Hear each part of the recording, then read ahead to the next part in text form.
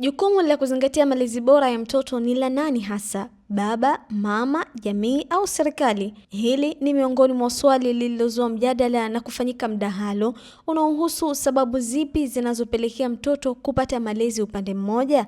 Mjadala huu umeendeshwa na kijiji cha kulea watoto SOS Zanzibar, ukihusisha wadau mbalimbali, walimu, viongozi wa dini, masheha, wananchi na waandishi wa habari kujadili swala hili mtambuka katika jamii. Turejeshe malezi ya pamoja hali hii, yani kwa baba na mama na kwa jamii kwa ujumla. Tunakuja kiimani sasa. Kwanza kwenye kiimani, lazima watoto jamani tuwaelewe kwa kutokana na mujibu wa imani zetu, tupate ile elimu ya dini. Hata jana nilizungumza hapa, tuangalia 5:27 Mathayo, Bwana Yesu anasema umesikia imenenwa usizini, lakini mimi nawaambia hata yule amtazamaye mwanamke kwa ajili ya kumtamani amesha kuzinai moyoni mwake. Sasa Wakristo wakipata elimu hii atazini mtu? Twende 17:32 Qur'ani. Allah anasema vipi? A'udhu billahi minash shaitanir wala taqrabu zina. Surah Isra aya 32. Wala taqrabu zina innahu kana fahishatan wa sa'a sabila. Usikaribie zina, ni uchafu na njia mbaya sana kuendea. Kwa hiyo tukipata mafunzo ya kiimani kweli kweli sasa tukayafanyia kazi, haya mambo yatafanyaje? Yatapungua. Katika masuala ya sheria kwa wana sheria, kuna umuhimu mkubwa wa kubadilisha au kurekebisha mfumo wa sheria kwa kutokana na baadhi ya makosa. Kwa mfano, kama haya makosa ya ubakaji na kulawiti. Jamani, kuna wengine hawabakwi. Wallahi lazim. Kuna wengine wanakubaliana. Kwa hiyo haya makosa haya kuwe na mabadiliko ya sheria, iangaliwe vizuri kwamba kuna umri ukishafika umri huu jamani, hata aliyepiga mimba na aliyepigwa mimba wote kwanza pigwe sero wale. Sawa? Washapigwa sero kwa pamoja wale, halafu uchunguzi unafanyaje? Unaendelea. Haya masuala yatafanyaje? Yatapungua. Elimu watu hawana. Manake elimu ziko mbili. Ukiambiwa elimu ya kutengeneza hichi kiti watu wakae, ziko tatu. Kuna ile kujua tu kutengeneza kiti mbali, lakini kuna elimu ile kukuathiri we moyoni kwamba viti muhimu, watu wakija katika mkutano watapata kukaa, yani imekuingia ile hamu na hamasa ile. Sasa mtu anapopata ile effective ikamuathiri ndani, ndipo mtu anaweza akafanya kazi vizuri. Kwa hivyo sasa hapa tunatakiwa elimu ya watu wajue ni namna gani dhamana zao kwa familia zao iwaingie ndani. Tabia za sasa hivi zimekuwa na mabadiliko ya vitu tofauti. Mojawapo ni mabadiliko ya teknolojia. Kwa hivyo teknolojia imekuwa ikitumika kwa kila kitu. Kwa hivyo hata kitu unataka kukifanya unaulizia tu kwamba hichi kikoje. Sasa imefika stage sasa tumeacha kutekeleza yale ambayo yanayotuhusu, na hatimaye zaidi teknolojia imetubeba kuweza kutusahaulisha, lakini mbali ya kutusahaulisha, kutufanya kama kwamba sasa tuachane na ule mwenendo wa kitabia. Na mwenendo wa kitabia ni pamoja na kuwa na vile vikao vya familia. Ali Mohamed Uthman, mkuu wa dawati la jinsia na watoto makao makuu ya Jeshi la Polisi Zanzibar, amesema miongoni mwa sababu ni kutokuwa tayari kufanya mabadiliko. Kwenye haya sisi kama wenyewe wazazi tujitafakari, tunatimiza wajibu wetu? Tulio wengi, hususan sisi Wazanzibari, tuko wazuri sana kwenye kuzungumza. Naelewa vizuri?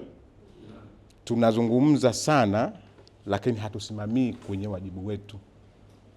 Na mwisho wa siku sasa inakuwa rahisi kukaa pembeni tukasema tuwatupie fulani lawama. Wazanzibari hatuko tayari kwamba watoto wetu wafungwe. Iwe hapa, ingekuwa jukwaa la siasa au ingekuwa mahala pengine popote pale. Anaweza akasimama mtu, whether mwanasiasa au mtu mwingine wote, akatoka povu anakemea hivi vitu. Lakini jua huyo kwamba mwanawe hajafanya hilo kosa. Ikiwa mwanawe kafanya hilo kosa, utamshangaa, ndio wewe ulikuwa jana unazungumza kwamba unakemea hivi vitu, yeye ndio anakuja mstari wa mbele anamtetea mwanawe kwamba asichukuliwe hatua. Tatizo sio sheria. Tatizo ni jamii yenyewe haijawa tayari. Tunaweza kutengeneza sheria za dhahabu hapa, lakini kama wanajamii hatuko sawa, hizo sheria hazitafanya kazi. Tutaendelea kwenda kuwatupia watu madongo tu, polisi kala pesa, mwendesha mashtaka kala pesa, hakimu kala pesa, lakini wewe wala hujitazame kumbe wewe ndio sababu ya kuua mambo yote haya. Mgeni rasmi wa hafla hii ni mkurugenzi idara ya maendeleo ya jamii, jinsia na watoto Siti Abbas Ali. Amesema serikali ina sheria zinazoeleza malezi sambamba na kuzingatia mambo ya kufanya kuboresha malezi kwa pamoja. Tukirudi kwenye sheria ya mtoto, imeweka wazi malezi ya mtoto anatakiwa nani asimamie. Kisheria, kwa sheria yetu ya Zanzibar ya mtoto, amekubaliwa kuwa mama na baba wamshughulikie yule mtoto, kuhakikisha kuwa anakuwa vizuri, anaepukana na masuala ya ukatili, lakini haki zake zote za msingi anazipata na kujuilishwa wajibu wake ni nini. Hilo la mwanzo. Lakini baba na mama inawezekana akawa hawajamlea yule mtoto, amepelekwa kwa bibi ama kwa mlezi wa karibu, au wameachana akapelekwa kwa babu, au pengine wamefariki wamepelekwa kwa mlezi yoyote ambaye anakaa naye. Bado mtoto huyu anatakiwa angaliwe kwa mujibu wa sheria ya mtoto. Na wakati tunamwangalia mtoto huyu, tusimwangalie mtoto ambaye yuko mzima tu, ambaye hana mapungufu, lakini ni lazima tuangalie na watoto ambao disable, wale watoto ambao wana ulemavu. Hii imekuwa ni ishu kubwa, na kesi pale hazipungui 4 mara baada ya mama kuzaa mtoto ana ulemavu, baba akatoa talaka moja kwa moja. Ni lazima watoto ambao disable tuwajadili. Tusipowajadili hao, tunaweka mzigo mkubwa. Lakini tukiangalia malezi, tuangalie watoto hawa wako katika makundi gani. Kuna watoto ambao wanauza biashara, kuna watoto ambao ni child labor, wengine wanafanywa early marriage, wengine wanafanywa early pregnant. Kuna vitu mbalimbali ambao vinatokezea. Yote hayo ukiangalia, tatizo liko kwenye malezi. Nini tufanye?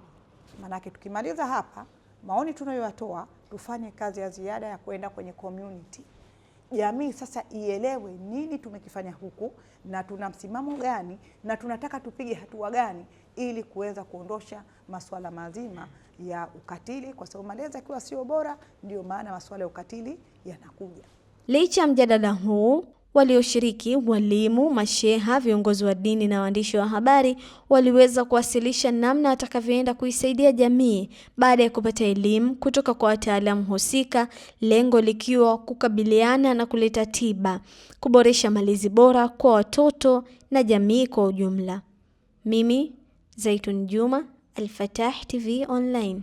Kutokana na thamani na kujali taarifa kutoka sehemu mbalimbali, Al-Fatah TV Online inaomba ushirikiano wako mtazamaji, kutoka popote ulipo, kutupa taarifa za matukio mbalimbali ili tuyafanyie kazi na kuyarusha hewani, kama vile taarifa, habari, mikasa au matukio. Si hayo tu, pia unaweza kutupa taarifa kuhusu watu wanaokabiliwa na matatizo mbalimbali ya kimaisha ili tuyafanyie kazi kupitia jumuiya yetu ya kutoa misaada muhimu ya kijamii, Al-Fatah Charitable Association Zanzibar. Wasiliana nasi leo kupitia namba zetu za WhatsApp alama ya kujumlisha